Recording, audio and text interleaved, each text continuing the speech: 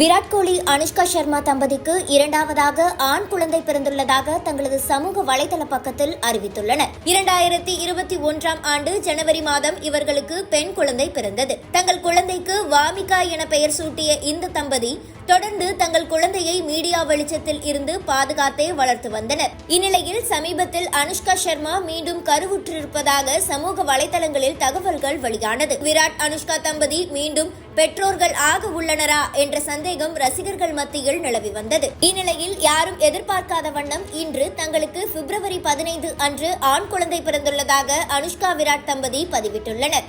இது தொடர்பாக அவர்கள் பதிவிட்ட பதிவில், கடந்த பிப்ரவரி 15 அன்று தங்களுக்கு ஆண் குழந்தை பிறந்ததாகவும் குழந்தைக்கு அகாய் என பெயரிட்டுள்ளதாகவும் அவர்கள் பதிவிட்டுள்ளனர். மேலும் வாமிகாவுக்கு குட்டி சகோதரன் பிறந்துள்ளதாக அறிவித்துள்ளனர். குறிப்பாக இந்த சமயத்தில் தங்களின் பிரைவேசிக்கு மதிப்பளிக்குமாறு வேண்டுகோள் விடுத்துள்ளனர்.